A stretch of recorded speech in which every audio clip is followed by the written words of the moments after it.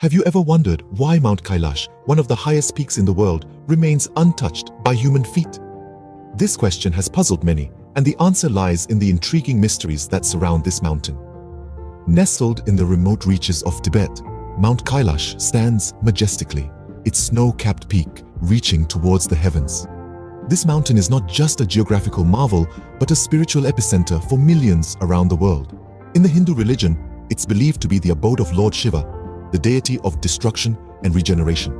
This makes the mountain a place of immense reverence, attracting thousands of pilgrims each year who undertake a strenuous journey to walk its perimeter.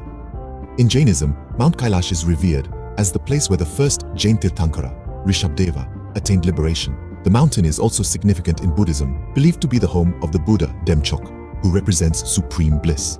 And let's not forget the followers of Bon, an ancient Tibetan religion, who consider Kailash to be the seat of all spiritual power. So you see, Mount Kailash is not just a mountain, it's a symbol of spirituality, faith, and divinity. A place that transcends the boundaries of religions and unites believers in their quest for spiritual enlightenment. But here's the twist. Despite the allure of conquering one of the world's highest peaks, despite the spiritual significance it holds, and despite the challenge it poses to mountaineers, Mount Kailash remains unconquered. No human has ever reached its summit. Isn't that intriguing? A mountain so revered, so challenging, yet untouched by human feet. It's almost as if the mountain itself is preserving its sanctity, keeping its peak untouched for the gods it's believed to house. So why has no one ever climbed this sacred mountain? Let's delve into the secrets and mysteries that shroud Mount Kailash. The first barrier to conquer Mount Kailash is its treacherous terrain. The mountain's harsh conditions create a formidable adversary for any would-be climber. The weather can shift without warning, transforming serene landscapes into brutal battlegrounds. Imagine, if you will, blizzards that can strike out of the blue, bringing with them freezing temperatures that can chill you to the bone. Picture winds so fierce they can knock you off your feet, and snow so deep it can bury you alive. Then there's the altitude. At over 22,000 feet above sea level, every breath is a battle. The thin air at this height can leave even the fittest climbers gasping for breath, their lungs straining to draw in oxygen. Altitude sickness is a real danger, causing symptoms such as nausea, dizziness, and in severe cases, life-threatening conditions like fluid in the lungs or brain. But the perils of Mount Kailash don't end there. The mountain is infamous for its dangerous slopes. These are not the gentle inclines of a hill, but steep, treacherous cliffs that require both skill and nerve to navigate. A single misstep could lead to a fatal fall. Adding to these challenges is the lack of necessary infrastructure for mountaineering. Mount Kailash is remote, devoid of the well-worn paths, ropes, ladders, and camps that you would find on other mountains. There are no rescue teams on standby, no helicopter pads for emergency evacuations. Here, you are on your own. Surviving Mount Kailash requires more than just physical strength. It requires mental fortitude, the ability to make tough decisions when your body is screaming at you to give up, to turn back. It's a test of endurance, of resilience, of the human spirit. The physical challenges are daunting, but are they the only reasons keeping adventurers at bay? Perhaps there's more to Mount Kailash than meets the eye. As we delve deeper into the mystery, we must ask ourselves, what else is preventing us from reaching the peak of this enigmatic mountain? Mount Kailash isn't just a mountain, it's a divine entity for many.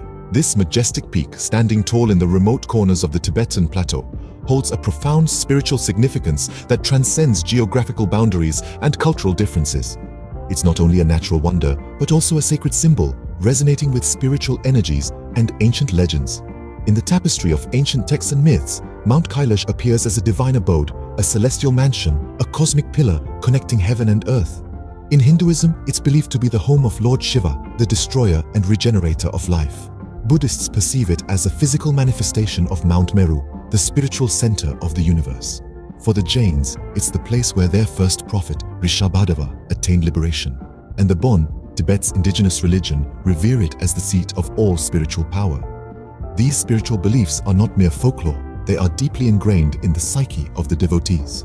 For thousands of years, pilgrims have been journeying through harsh terrains, braving extreme weather conditions to circumambulate this sacred mountain, a ritual known as the Kailash Kora. This arduous pilgrimage is believed to wash away the sins of a lifetime, leading to spiritual enlightenment. However, the idea of summiting Mount Kailash is considered an act of desecration, a violation of the divine. There's a widely held belief that any attempt to conquer its peak could bring bad karma, even divine wrath. This fear is not unfounded. History records several incidents of severe repercussions faced by those who dare to challenge this belief, reinforcing the notion that the mountain is not to be trespassed. The fear of offending the divine could indeed be a strong deterrent, but there's more to the story. The law also plays a part in preserving the sanctity of Mount Kailash. This majestic mountain, standing tall and proud in the Tibetan Autonomous Region of China, is not just shielded by the harsh weather and treacherous terrain, but also by the legal restrictions imposed by the Chinese government. Climbing Mount Kailash is, in fact, illegal. The Chinese government has put in place strict laws and regulations to protect the cultural, religious, and environmental integrity of the sacred site. These laws prohibit any attempts to scale the mountain, ensuring that its peak remains untouched by human feet. This legal prohibition is not just a matter of safeguarding spiritual and cultural heritage. It's also a matter of international diplomacy and political sensitivity. The Tibetan Autonomous Region, where Mount Kailash is located, is a politically sensitive area. It has been the center of international attention and controversy for decades. The Chinese government therefore exercises stringent control over the region, including the activities allowed in and around Mount Kailash. One may wonder why the Chinese government would go to such lengths to protect a mountain, but Mount Kailash is no ordinary peak. It is a site of immense spiritual significance for several religions, including Hinduism, Buddhism, Jainism, and Bon. The mountain is believed to be the abode of deities, a spiritual center of the universe. Its untouched peak is seen as a symbol of the divine, the unattainable. So, the legal impediments to climbing Mount Kailash are not just about maintaining control or exercising power. They are about preserving the sanctity, the mystery, and the spiritual significance of this incredible mountain. As we see, the reasons why Mount Kailash remains untouched are manifold, a mix of physical, spiritual, and legal challenges. Mount Kailash, a challenge unmet, a summit unconquered, is a testament to the power of belief and respect for the divine. This mystical peak, nestled in the remote corners of the Tibetan plateau, has evaded the grip of human conquest, not due to a lack of ambition, but due to a blend of physical, spiritual, and legal hurdles. We've journeyed through the treacherous terrain of Mount Kailash, understanding why it's not just a mountain to be climbed. It's a formidable entity, with its harsh weather patterns and perilous paths. The icy slopes and freezing winds aren't just physical obstacles. They are nature's reminders of the mountain's untamed spirit. We've explored the spiritual significance that Mount Kailash holds for multiple religions, becoming a beacon of faith and reverence. For Hindus, it's the abode of Lord Shiva. For Buddhists, a sacred site where Buddha achieved enlightenment. And for Jains and Bonpos, a divine place of spiritual liberation.